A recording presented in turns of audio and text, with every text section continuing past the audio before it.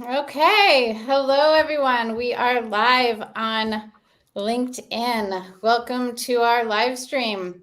The next hour is specifically designed for coaches and consultants. You are likely here because you are serious about increasing your revenue and providing higher level of value to your clients.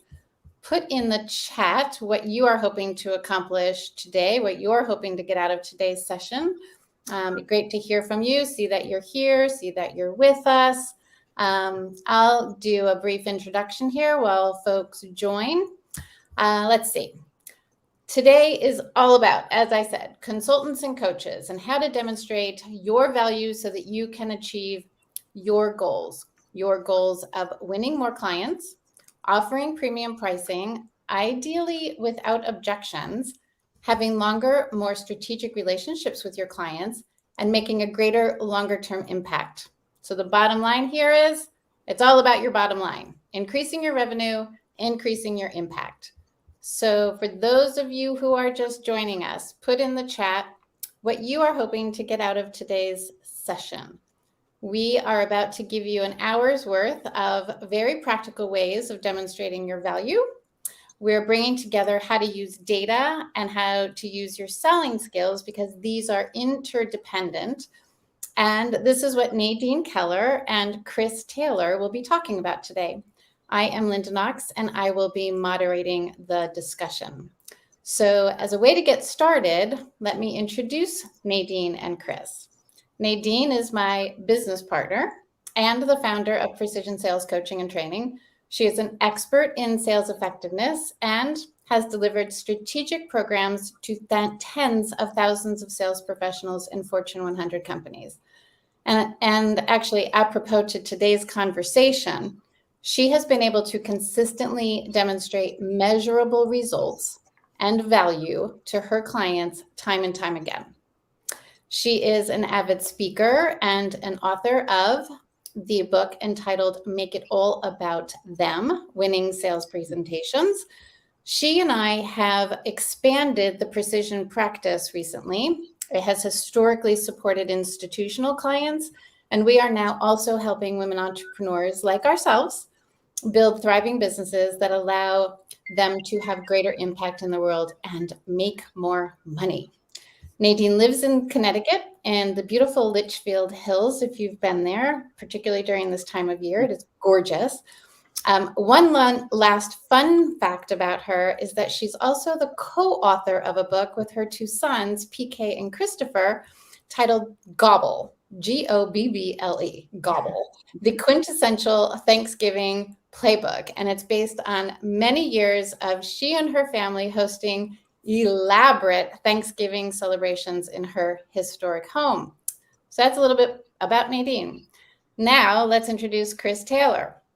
He, since founding actionable.co in 2008, has been obsessed with answering a single question, and that is, how do we make learning stick? Through the Actionable platform, Chris and his team have helped a global network of 300 consultants and trainers win and deliver over 2,000 client programs. And in doing so, helping employees translate the new content that they're learning into lasting and memorable behavior change. Chris has authored over 300 articles on learning sustainment, behavioral science, and training return on investment, and is a sought-after speaker himself and podcast host on these topics. He hails from Toronto, Canada, where he lives with his wife and his two young boys. And when you get to know Chris during this podcast, you're going to understand that his boys are probably an absolute blast. Okay. So Chris, let's set some context for today's conversation. One of the things that Nadine and I were really impressed with when we first started talking about the intersection of precision and actionable was your consultant bell curve. I'm hoping you can take that through us now because I think our audience will really relate, as did Nadine and I. And it's also going to be interesting for them to see where they are currently in this life cycle. And I know you're going to take them through that. Okay, let's take it away. Thank you. I'm still stuck on the fact that Nadine's written a book called Gobble about Thanksgiving hosting. I want that book, and I want this next hour to be about that book, Nadine. That's where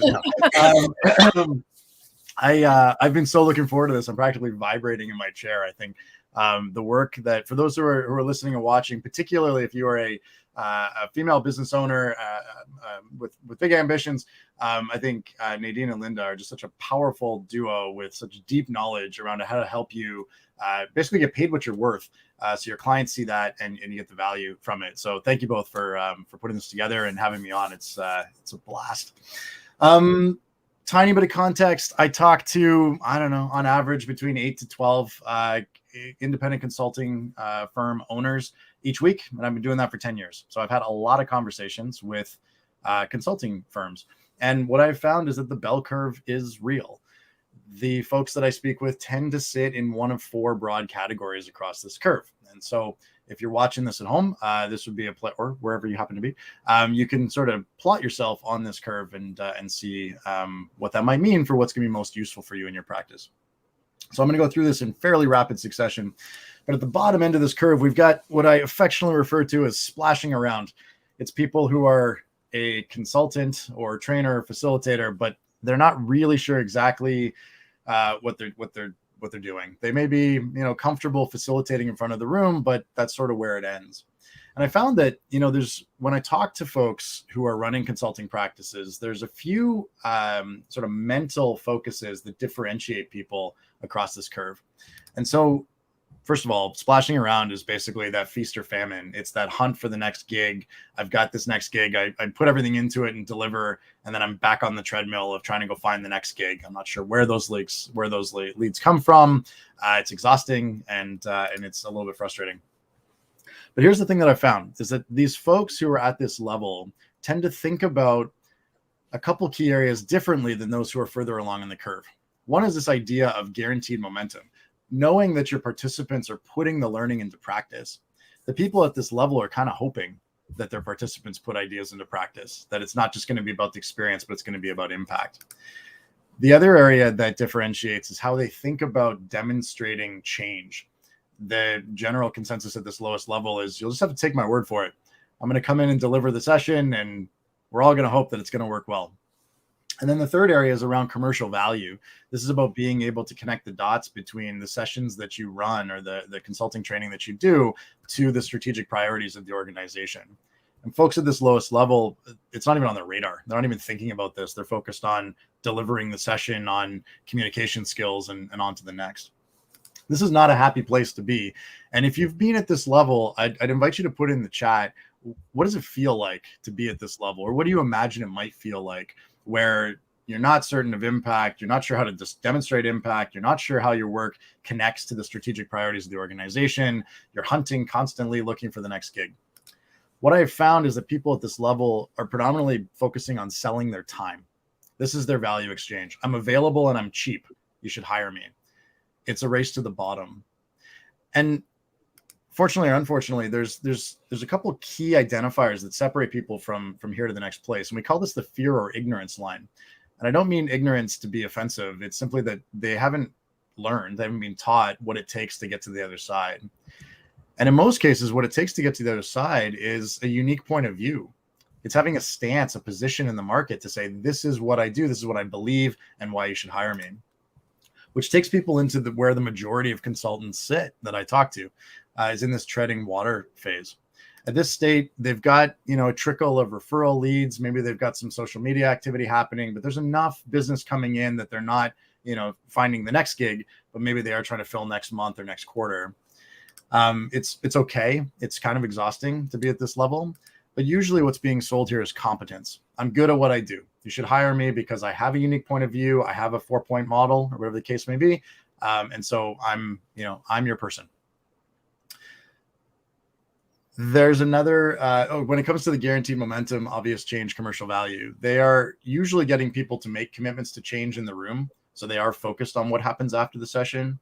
They're getting anecdotes and testimonials, maybe light surveying. It's the obligatory happy sheets at the end of the session around what did you like, what didn't you like?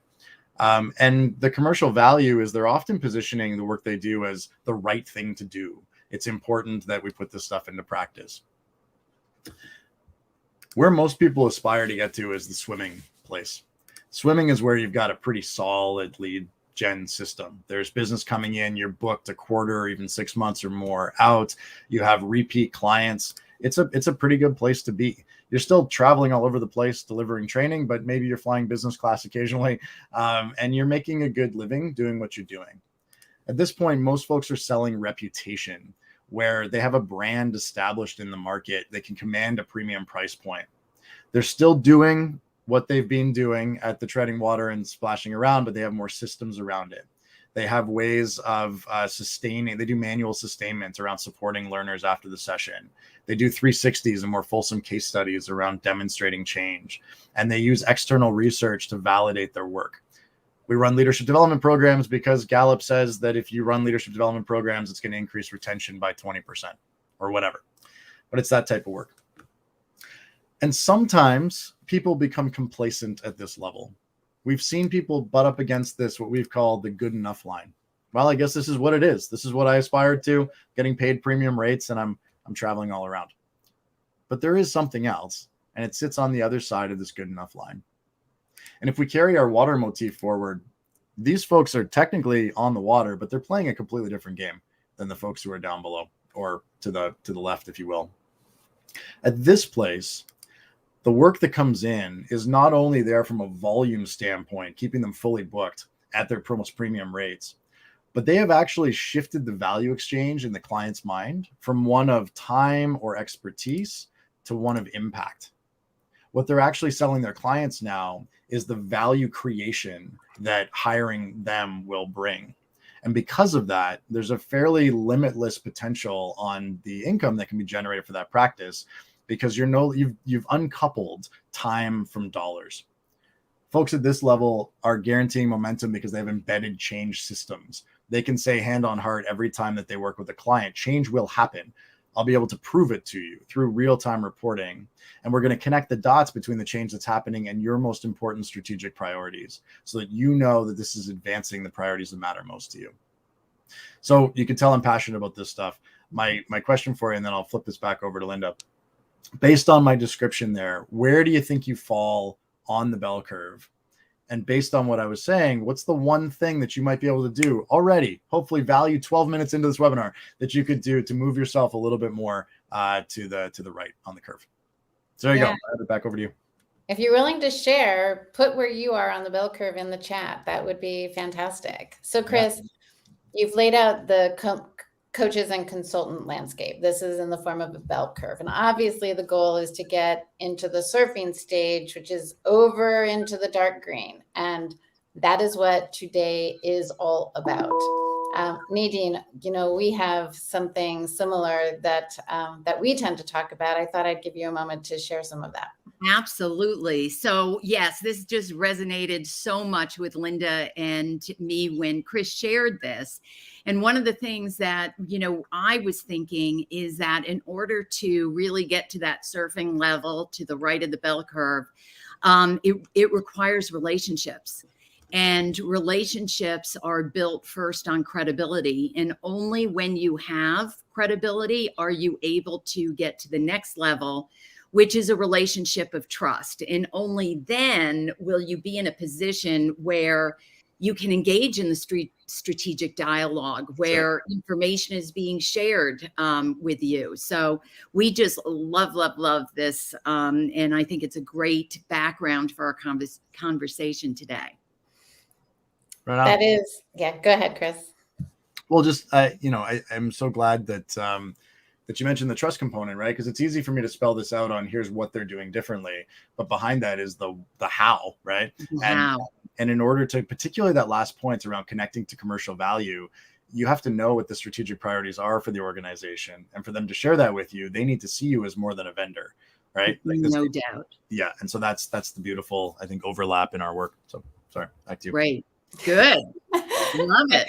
So we have this bell curve where the destination is to have the highest impact and be over in the surfing lane. We know that the relationships go from credibility into trust, and then you hit the influence stage. That is exactly what we are going to be talking about today. It's the perfect segue. So let's dive in. This is the core content of our program today on how to demonstrate your value in the sales process. Nadine's going to set the stage for us here. Absolutely. So there are actually 3 opportunities that we want to talk about today in terms of demonstrating your value in the sales cycle, I should say. The first is around engagement, and that's really about the sales discussion. And then proof of impact. How do you demonstrate that what you do is of value? And then finally, we want to talk a little bit about storytelling. So, engagement. There are 3 pieces of engagement that provides the opportunity to demonstrate your value. The first has to do with how you open the meeting.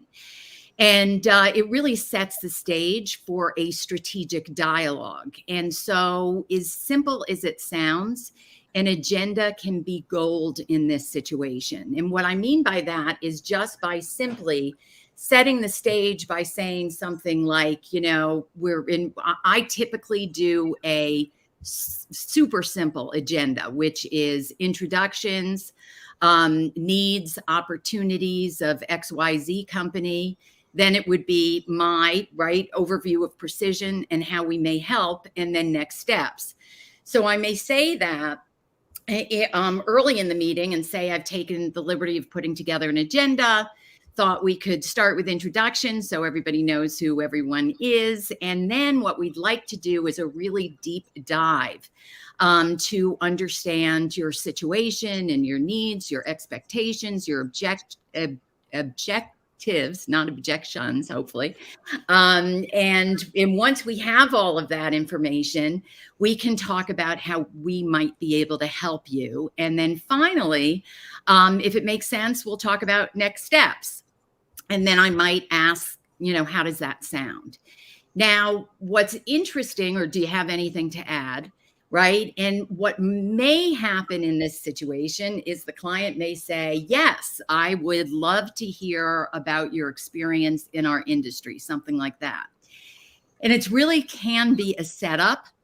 It's what we used to call the what you got, where the client's kind of sitting back with the folded arms and the feet on the desk, right? And saying what you got. And our tendency is to say, well, we've got this and we've got this and we've got that, which totally puts us in a situation where we are no longer controlling the meeting. Yeah. And therefore, it's going to be very difficult for us to get to the right side of that bell curve. So in that kind of a situation, what I might say is, I'd love to tell you about our experience in your industry, but if we could, I'd like to do a deep dive into your needs so that I can provide context that's important to you.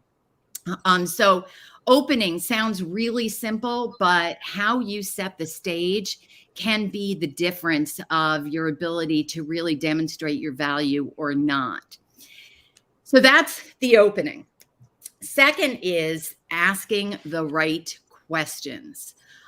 So what we're really questioning for here is needs. And there are 2 types of needs as we see it. There are business needs and there are personal needs. And some of those are stated and some of those are unstated. So where do you think that most business conversations happen? In what quadrant what would you say, Chris? The assumption is that it's the response to the what you got or here's what I need, right? It's that stated in business. Exactly.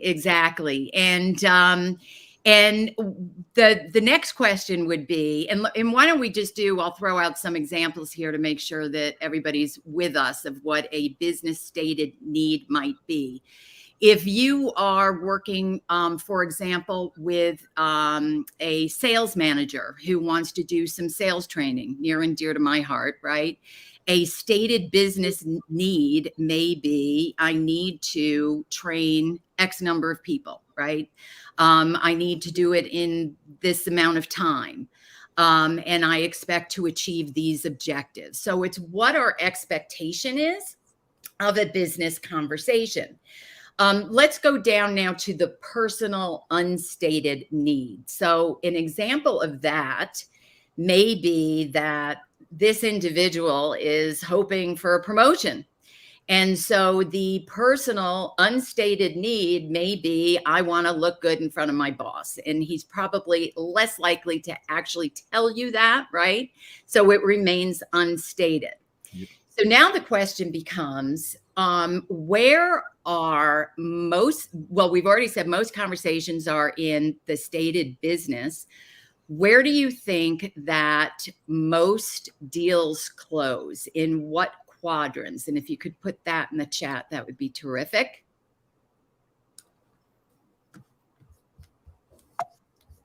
You know, it's as I'm hearing this model again, Nadine, it's reminding me of the distinction between, well, not the distinction, but I learned from Simon Bowen a while ago that every sales conversation, the buyer has a combination of aspirational needs and certainty needs. Yeah. Right? It's that piece of, here's the thing that I want to achieve through this. And there's and I've got to have confidence that it's not going to blow up in my face. Right. And the duality of that. And I don't know whether it's a third dimension to the 2x2 or whether but I think it's got a nice overlap in just considering that whether it's one of 4 or one of 8 or one of 16 truths, the stated business need is going to represent a small portion of the broad context on the decision-making process, right? It is so true. And it's something that I think a lot of salespeople overlook. And we know that 50% of decision-making happen with B2B clients tends to be around personal needs. So it's super, super important. And so we believe that most deals close, most sales happen in what we call the red zone. And as we said earlier, the problem with that is most business conversations are in that white zone there, the business stated needs. Yep. So let's talk about how we get into the red zone and close more deals. It starts with questions, right? And I know many people are familiar with spin selling. Spin's been around for a long, long time. I think back in the 80s when Hathaway did a ton of research that demonstrated that the more questions a person asks, the more successful they will be. Well, I like to think about questions in terms of what they yield. And I think of two things. One is there are some questions that are going to yield data. And that's basically the facts and the figures. It's kind of the ticket to admission. You got to know what's going on. So it's the questions like, what's your timing on this? How many people are we going to be training? What's your budget? Data questions, right? But in order to get into that red zone, we've got to ask insight questions. And those are the questions that really get to the strategic needs and the drivers of what's going on. And the interesting thing about these questions is they're often, if we're doing it right, it's often unexpected. It often gets the client thinking in ways that he or she may not have thought about before. Mm-hmm. And for that reason, sometimes it can feel a little awkward to ask some of those questions. And I think one of the key things, and I look at questions in two ways. One is the content, which we just talked about, but also it's the skill of questioning. Mm-hmm. And when you're in those insight, questions, I think we want to give them time to respond. Mm-hmm. We also want to be telling them in some situations why you're asking the question or what the benefit is. I don't know if you've ever been in the situation where you ask somebody a question and then you get the look and you say, oh, the reason why I ask is, so right. Sometimes, right? Sometimes it's better to do that upfront by, saying, we like to look at this in all different ways. Mm-hmm. And we want to make sure that we can be that we really understand the situation. So with that as background, I just love you to talk a little bit about, what would be the implications if you did nothing about this problem? And I'm bringing that up because for those of you who may have gone to our webinar, we talked about the cost of inaction. And that's the kind of question, insight question, that a client may not be thinking about themselves. So it's always great, right? And I think we all love when somebody says, that's a great question, gets them thinking. So just very quickly on skills, is they relate to questioning. We all know the closed and open-ended questions, right? And there is a place for both in sales. But as we get to the insight, we want to be asking more of those open-ended questions. And we also want to be using key phrases like, tell me more about that. Or, what do you think is driving this? Why, right, is the best question of all to get a little bit deeper into the insight. And then I also love to do what I call proverbial taps on the back, which is like, this is really helpful. Please continue. And they will know to continue their dialogue. Just before you jump on, Nadine, I think so often, you mentioned earlier, right? And I've been reflecting on this, it can feel uncomfortable to ask the questions beyond the white box, right? Getting into the red space. And the two things that I sort of remind this group of in particular is that, we're in the space of consulting, coaching, training. I think there's this weird wall we can put up mentally that work happens on the other side of the selling process. But if you're watching this, you're gifted and skilled in doing exactly what Nadine's describing, right? Embracing curiosity, leaning in, being able to say, even as a follow-up to the facts and figures, right? How many people are you training? 26 people. Oh, great. Curious. Why? Is that, the majority of your population? Why this group? You can dig in without it feeling awkward. If we remove the head trash of, I'm supposed to show up a certain way in the sales process and move into, you're a naturally curious person who wants to help them solve their problems. That is great insight. And if I may, there's this other really odd dynamic that happens in the thousands of people that Nadine and I have trained, all very sophisticated in their own right. Anytime we are getting to the point where we're talking to them about how to uncover a buyer's needs through questioning, we will often hear, no, I'm really good at that. Or I've been doing this for 15 years. No, I'm really good at relationships.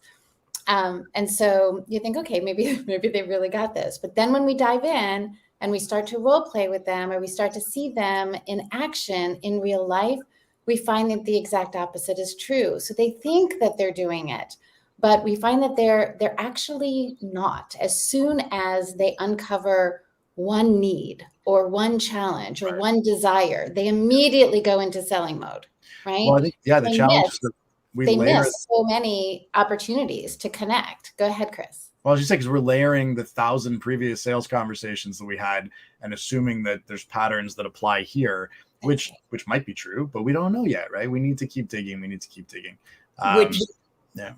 And that brings us to our next piece, which is around listening. And just to reinforce what Linda said, research shows that, and by the way, this research has been around for a long, long time, and it has been updated, and it's consistent, that buyers, when asked how well do salespeople understand their needs, it's 13%. And on the opposite side, if you ask salespeople, how well do you understand your client's needs, it's the exact opposite. So we're disconnected there. And I think that, to Chris's point, is sometimes we are products of our last conversation. And so we're hearing the same words and we assume we know what they mean and we jump to a conclusion, but we haven't taken the time to really understand what it means for this particular client in this particular situation. And that's what I call listening with the intent to learn, which is a really tough skill, right? Because we're natural problem solvers. We want to jump right to the conclusion, and we have to hold back and have that intention to understand this particular client situation. The other thing that I think gets in the way of listening is that we have the rehearsal curve going on, right? We're thinking about what's the next question I'm going to ask. And therefore we're missing what the client is saying. And one kind of practical tip that we'll provide here is I always write down those strategic questions, and I write them out as questions. So it may be, tell me about the implications of X, right? And I do as many of those questions as I can before my call so that I can really listen when the client is talking. And all I need to do is refer quickly, right, to my notes in front of me, and I immediately have that next question without having to jump out of the listening. There's this weird perception, I think, out there that really good salespeople are either natural, like they're born that way, right? Or once they got to a certain place, the idea of using crutches like notes is, that's for amateurs. And it's just such a messed up philosophy. Like you look at any other top of their game professional in anything they do, and they practice 10 times more than they play, right? Like, if we're thinking about athletes or musicians or anything. And again, it's somewhat cliche, but I think it's fascinating because, most of the people listening here are going, but I'm not a career salesperson. Fair enough. But if you run your own business, then yes, you are.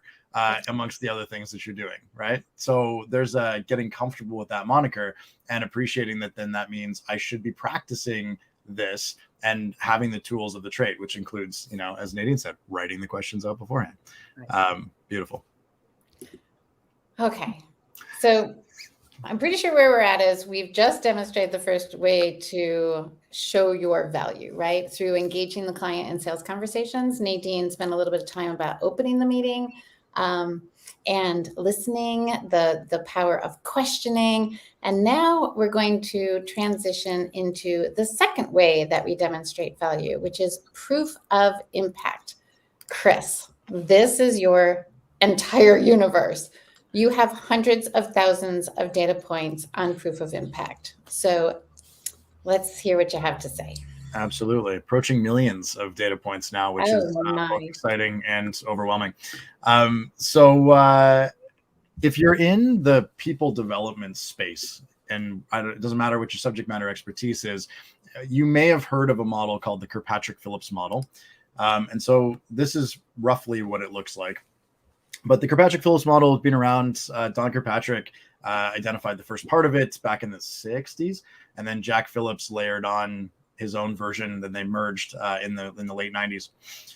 And it's got some, there's definitely holes with it. It's not a declarative model, but it gets brought up a lot. And your buyers, if they're in the HR, L&D, OD, other acronyms for people development space, will likely be familiar with it, at least anecdotally.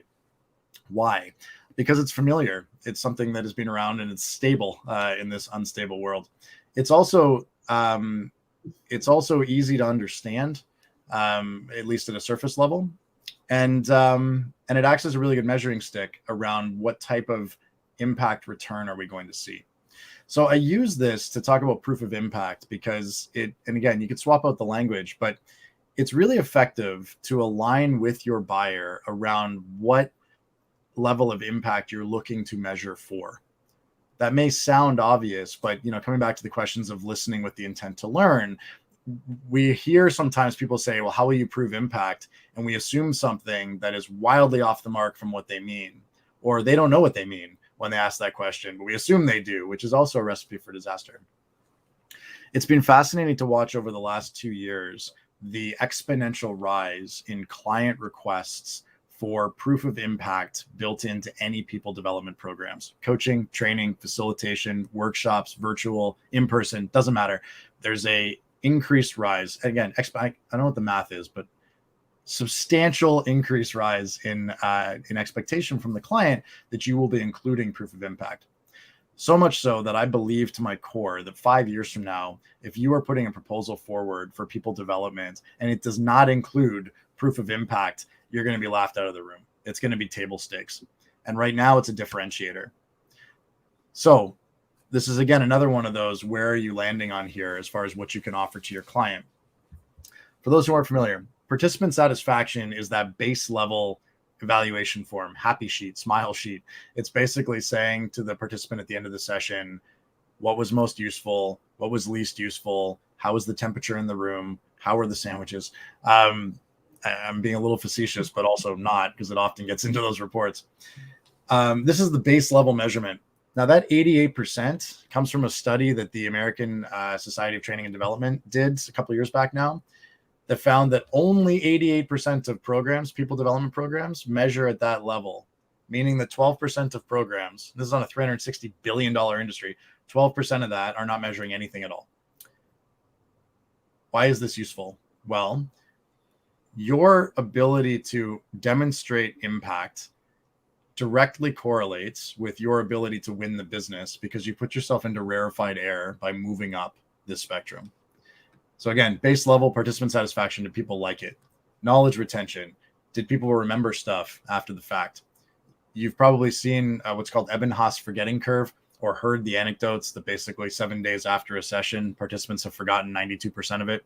It's actually worse than that and faster than that, but that's the common stat that gets thrown around. Yep. Do you have a way of demonstrating that people remember your stuff after you've left the room? If you do, you're in the top third when it comes to impact measurement. This blue line is there for a couple of reasons. One, because it puts you into rarefied air, being in the top 10%, but it's also where we cross over from what L&D or people and culture might measure normally to what the executive team cares about, to what the business deciders care about. As we potentially enter a recession and budgets get constrained, the things that are going to hold on to their budget are the things that are going to demonstrate measurably that they are moving the needle on strategic business priorities. And so when you get up into here, can you demonstrate that behavior change is happening, that people not only remember the stuff from your session, but that they're putting it into practice? Can you show that they are shifted in their habits since then? And then if you go up to the top four, level 4 and level 5, now we're getting into the holy grail, right? The gold standard, where can we show that people consumed your stuff, hung on to it mentally, so they retained it, they put it into practice, and the actions that they took moved the needle on something that matters to the business. This is why, I'm a little envious, Nadine, that you're playing in sales training, that you're an expert in sales training, because this is one of the most linear, right? It's, we do the work, and are they able to increase sales? Big win. Yes. Yeah. For the rest of us who might be playing in softer skill development, even with that, there's hurdles. I'm not by any means suggesting it's easy. But leadership development, culture development, comm skill development, these are things that are really hard to measure. And a lot of people really hard. Yeah. Chris, when you took me down this journey, I could not help but think about the journey of precision sales coaching. In early days, we were doing a lot of, consultative selling training programs, like 2 or 3 days or whatever. And measurement is very elusive, even in sales, because there are so many other things that can impact it, right? Yeah. So at the end of the day, sales go up. Yeah, well, it could have been the market. It could have been the new branding. It could have been a lot of things. Yeah. And that is one of the reasons. And I remember this so clearly in my business, thinking I've got to get closer to the money.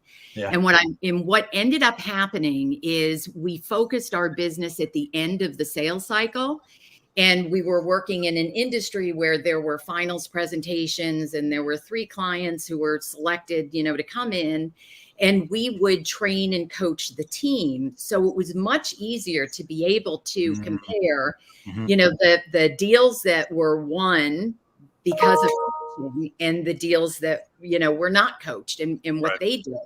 So it allowed us, I wish, I wonder if Actionable had been around, or had I known about you in the early days of consultative selling, it would have been really, really great to be able to demonstrate the impact.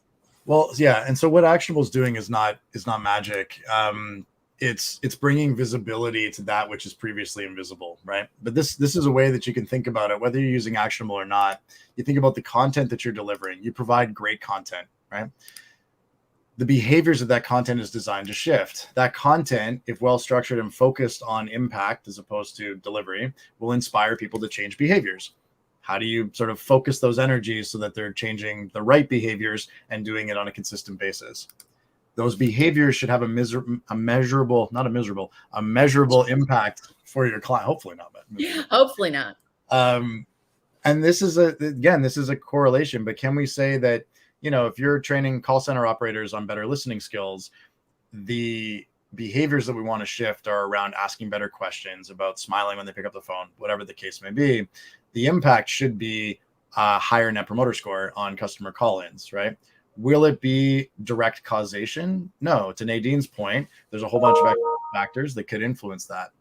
What we find, though, is that if you can bring a data layer to this and say, yes, but these are the call center operators that have been practicing these behaviors and have seen a lift in their own ability to do that, and that subset correlates to the subset that has increased the net promoter score, you start to get closer to causation, right? Ultimately, the measurable impact should be aligned to strategic priorities.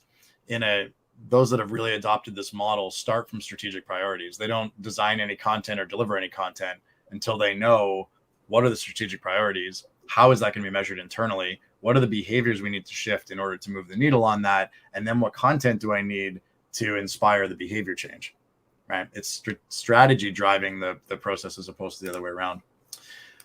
So that's the question that I would have for the audience here, is that, are you connecting the dots for you and your client between the content, that, white zone question you're being asked around the, can you do this training? Well, I can, but why do you want me to do that training, right?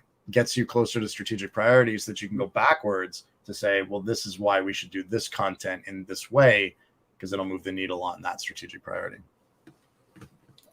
Yes. And it stands to reason that you would be able to convey that through storytelling, right? You would tell your story about how you're connecting your data to the impact in a way that feels compelling to the potential buyer, and the decision to buy becomes a no-brainer. So it's the perfect segue to the last of the ways that we want to talk about how we demonstrate our value today, and that is storytelling, because it is actually the perfect way to bring all of this together. How do we engage the buyer in the sales conversation? How do we demonstrate the proof of our impact? We do that through storytelling, and Nadine is going to take us through that. Absolutely. So stories are incredibly powerful, but before we get into it, it's been interesting to me because over the past, I'd say 10 years, maybe, the term story gets used in a lot of different ways. So for example, somebody may say, well, what's your product story or your market story or that kind of thing. When we're talking about story here, we're talking about the kind of once upon a time story, the kind of story that allows the client to see themselves in the story. And they can be incredibly powerful because not only are they more memorable, and stats will show this, all the research shows that someone will remember stories way more than they would remember facts and figures, but it's also relatable and, much more believable. So let's talk about what makes for a good story. Now, I don't know if you've ever been in a situation where somebody's telling you a story and you're like, why are they telling me this story? Or even worse, you're the one telling the story and you're like, wait a minute, why am I telling you this story? We can't allow that to happen in the sales situation. We have to be crystal clear on what the point of our story is. So really simple model that you can use here, which we call the sandwich technique, which is why there's a sandwich on the slide, is you tell the point of your story, you tell the story, and then you tell the point of the story again, because we do not want that lost on our clients. I would also say that powerful stories also use concrete language. They provide detail so that it's memorable at the same time while keeping it brief. So I want to try and demonstrate this for you. And in another reason to tell stories, they can almost act as a third party testimonial, right? If you're telling a story about a client that you worked with, and that's what I want to demonstrate here. So let's, if everybody could kind of put on the hat of being a sales manager, we'll go with that one again, right? You're the head of sales at a large financial institution. And I have just presented what we are proposing to do with them. And I may say something like this. So I'll say Chris is my client. So Chris, I'd love to tell you a story of a situation actually very similar to yours that I think will really drive home the impact of this kind of program, the kind of impact it can have. Okay. About a year and a half ago, we were working with a company that had just gone through a merger. And there was a lot of confusion inside as well as in the marketplace in terms of who they were now and what their offer was and that kind of thing. And they were losing some of their salespeople, their best salespeople, who didn't want to stick around because they were concerned about their compensation being impacted. So what we did is we went in and we worked on their story to the marketplace. And then we went through very rigorous training. And at the time, their close ratio was less than 20%. And as you know, in this industry, average is about 30%. And so we did our rigorous training, we did the story, we did the follow-up coaching, and we did deal coaching. And just about 6 weeks ago, I got a call from the sales manager, and he said, you know what, we just did some numbers, and I have great news to share with you. We are over 60% close. Not only that, we've been able to retain our top salespeople as well as attract other salespeople. So I tell you this story, Chris, because this is the kind of results that you can expect from a program like what we've proposed to you. All right. So, well, I'll tell you what I love about that as I'm on the receiving end, right? That could have been a line on a PowerPoint saying, we'll increase your close rate from 20% to 60%. But those are just numbers, right? And they just sort of fade out. And there's a question of believability.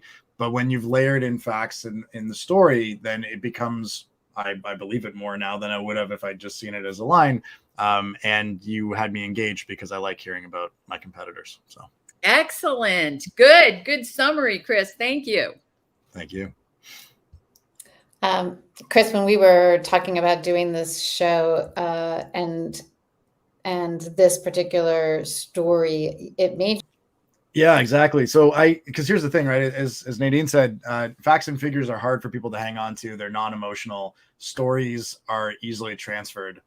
There's, the old adage that a picture says 1,000 words. What I've found is that when you could tell a story, particularly with a model, right? Like how many people on this call right now could draw the red zone? Right, you're going to get the words wrong. You're going to get part of the story wrong, but it kind of doesn't matter. You can draw it. You could say, hey, we're here. We should be here. And when we go here, we're going to win more sales. There's so much power in having a simple visual, right? When I think about how many millions of dollars Simon Sinek has made off 3 circles, right? Because it's again, I've heard the why framework, the golden circle framework presented to me probably a dozen times, and it's different every time from different people. But it doesn't matter. The point is that the outcome is better customer connection, and Simon Sinek is associated with that. The red zone model is winning more deals, and precision is associated with that. If you can make something portable, as in they can draw it, it's going to, and then combine it with the story, it's going to carry that much further with that much more integrity through your client organizations as well. So anyway, that just came to mind for me as we were prepping for this. That is such a great point. And I always recommend that people get really conscious about their stories and to figure out, what points do I often need to make and perfect the story on it. It can also act if you consistently hear an objection, think about, do you have a story that you can tell to preempt that objection? coming.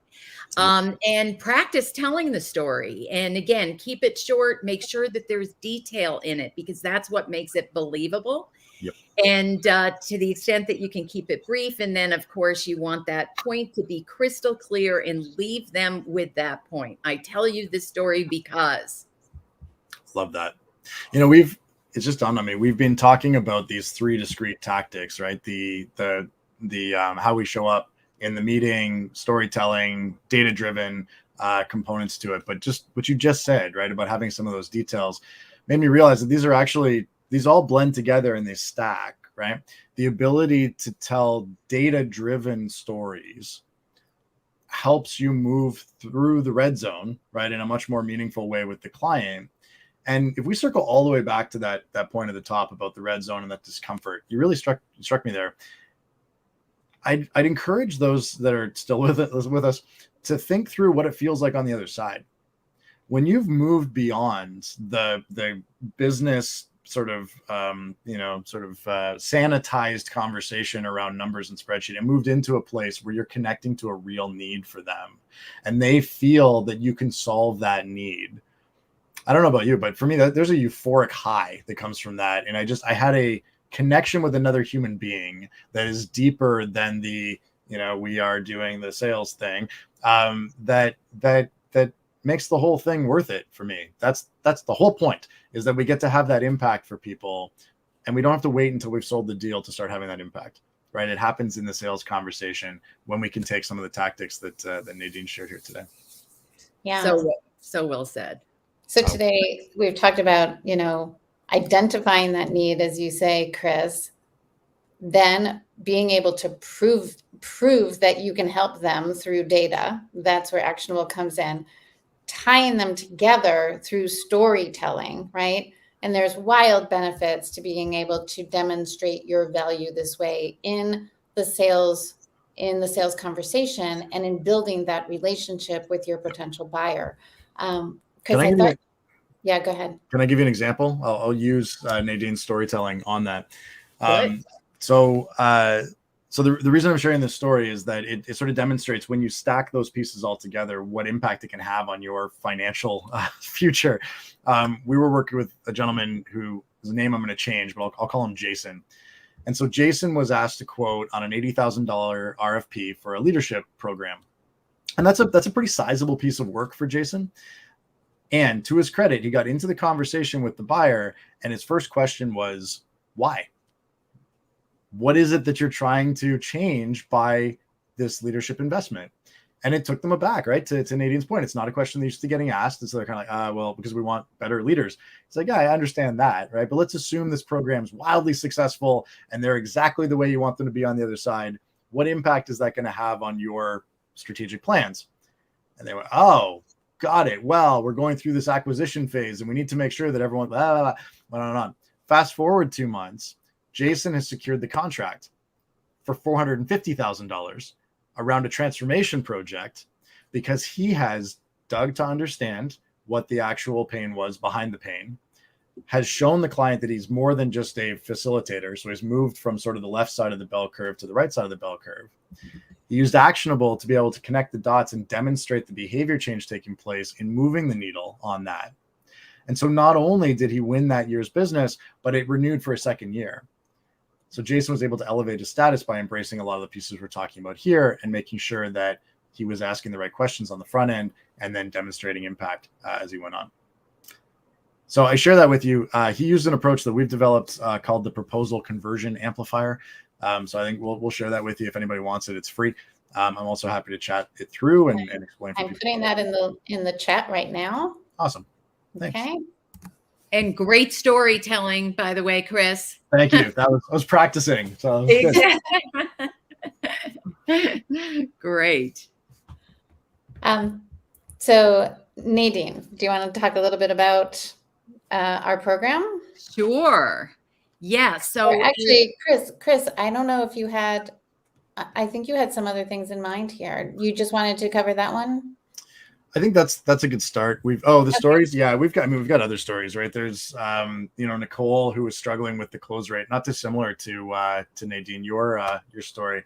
struggling with the close rate, shifted the focus from I deliver training to I deliver impact and I can prove it.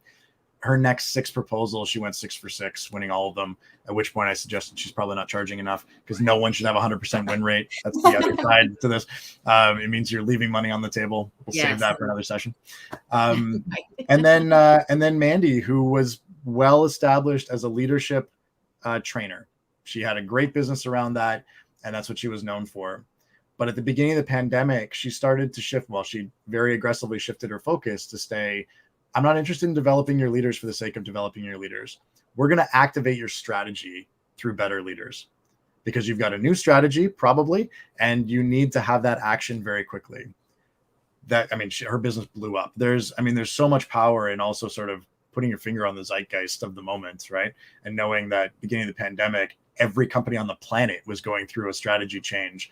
And for her to say, stronger leaders are your most effective tool at activating your strategy, that hit home, right? Yeah. Anyway, there are lots of examples we can go on with, but they all use this approach, the proposal conversion amplifier specifically, and the pieces that we've been talking about here as well. So just to talk a little bit more about the proposal amplifier. Sure. Yeah. So this is it's a 5-stage process by which you can take an existing proposal you have and run it through the lens of putting impact first. Actually selling the fact, this is, if you think about the bell curve again, if we go back to that mentally, it's moving to the right by showing that you are here to create impact, that they're not buying training. Training is a vehicle, or coaching or facilitation. Those things are the catalyst, the vehicle, one of the vehicles to enacting change and creating impact. And so this proposal conversion amplifier guides you through the process of restructuring your proposal, even like where you position stuff in the document, but then also the types of questions you can ask, building off what Nadine shared here today, how to cost it.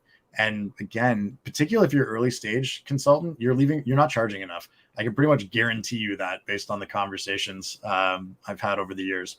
And so how to think about value-based pricing as opposed to cost-based pricing. There's a couple other pieces in there. So it's no strings. I'm pretty sure it comes with about a 20-minute tutorial, which at the rate you've probably noticed I speak is actually an hour's worth of content compressed in 20 minutes. All right. Finally, I would add, Chris, when you say you're probably not charging enough, we know if you're a woman, you're probably definitely not charging enough, because we know from research that women undervalue themselves by as much as 28% compared to their male counterparts who are offering the exact same service. Yeah. So we also, we have a webinar too. If anybody's interested in that, let us know. This is why I love what you're doing, right? Is because there are exceptionally talented, powerful women who are doing this work. And exactly as you say, 25% is huge, because that's gross, right? That's not margin. That could double or triple their margin on their business. So crazy. So how do they learn more, Nadine? How do they learn more about that? That's a good question, Chris. Thank you. One of those alley-oop. That was a terrible. I don't know what that was. Alley-oop. There you go. I don't play basketball. A layup. It was a layup. It was a layup. Yes. All right. Thank you, Chris. All right. So let me get off of this. So Linda and I are super excited to be offering a program that is very much based in research. We have talked to almost 100 women entrepreneurs in the last 3 or 4 months, and we've seen lots and lots of themes. One of them we mentioned, which is undervaluing. Another is confidence and the imposter syndrome. Focus can also be an issue. So we have put together a program that is specifically geared towards ambitious women entrepreneurs in service-based businesses. And this is an overview. It's what we call our bird's eye view. And everything should always start with your mission, right? Who you are, what you're bringing to the table, what you stand for. But from there, we have 3 pillars. So the first pillar is all about sales strategy. And Niche is so important and can be so scary to men and women, right? In terms of it's this feeling that if I niche down too much, I'm going to be missing all of this opportunity. Linda and I would suggest to you that if your business is at all struggling, it probably has to do with your niche, because the niche really helps you to create what's next in this line, which is what we call magnetic messaging, and really speak to your ideal client so that you can attract leads. Also, part of that first pillar is goals and pricing. We've already talked about how important pricing is, and linked with pricing, of course, is our mindset and our confidence and having that real growth mindset. So that's the first pillar. And then we move to the selling skills, which we touched a little bit on today, the facilitating skills to ensure that you're in control of the conversation and you're uncovering the insight that you want to, and that deep dive into the needs assessment so that you can be on the right of the bell curve, right? And then being able to position your solution in the context of those needs through your presentation skills. And then, of course, there's always some resistance expected, sometimes called objections. And we want our clients to feel really, really good about their buying decision. So that's the second pillar. And the final pillar is around sales growth and really stepping into the CEO position and creating and being an authority in your niche. Building out the team, building out the systems, and making sure that you are using that very important data and analyzing it for your decision making. So that is the program. And I just want to share with you why we're doing this, right? After being in corporate America for so long. And so Linda and I believe in missions, and we crafted this mission statement, which is we are here to help women entrepreneurs step into their power, right? By building a thriving business and on their own terms. And we put that in there because in the interviews, so many women had said, and I think part of it is, juggling families and all of that, that you want to do this on your own terms so that we can have a greater impact on the world. Impact is very important, came out in a lot of the interviews. And of course, enjoy financial freedoms. Doesn't that sound good? To live the life we want to live. So that's our mission. We wanted to share it with you. And if you are interested at all in the program, if this is resonating with you, we would absolutely love to have a conversation. And I think Linda's going to put a Calendly link in the chat. And we'd love to talk to you and learn about your business. You will find the Calendly link. Chris also posted it with a nice little header. It says, book a call with Nadine to learn more. So thank you. And you'll find Chris's piece in there as well. So look in the chat for 2 links. Click on both of them now, and then you won't lose them. Chris, any comments before I wrap us up? So this may not have been immediately obvious to everyone else, but this was my first LinkedIn Live. I think Nadine, yours as well. Yes. Yeah. And Linda, just rocking it. So Linda, thank you so much for keeping us somewhat on track there, as both Nadine and I want to wander off trail. No, it's such a pleasure. And I just think it's such an important topic. Again, whether male, female, whatever kind of work you're doing. But again, women in particular, leaving money on the table. And that matters because this is your oxygen, right? It can feel sometimes if you're not used to sales, it's like, well, I don't really want to talk about the money.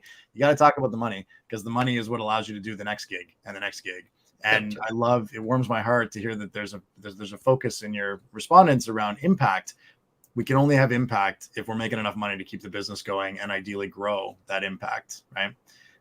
So I think the work that you're doing is important. So thank you both for putting this on, and thank you for everyone that tuned in to catch this just fire hose of information on how to.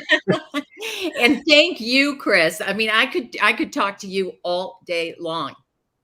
Thanks. Likewise. It's been a pleasure to do this with both of you. One last call to action to all of you who are still with us, and that is, if you found today helpful, let us know what other content you would like us to discuss. Maybe there'll be a next time. What topic would you like us to dive deeper into in another session? Put that in the chat. And thank you for joining us. Thanks, everybody. Bye, everyone. Have a great day and a great weekend. Cheers.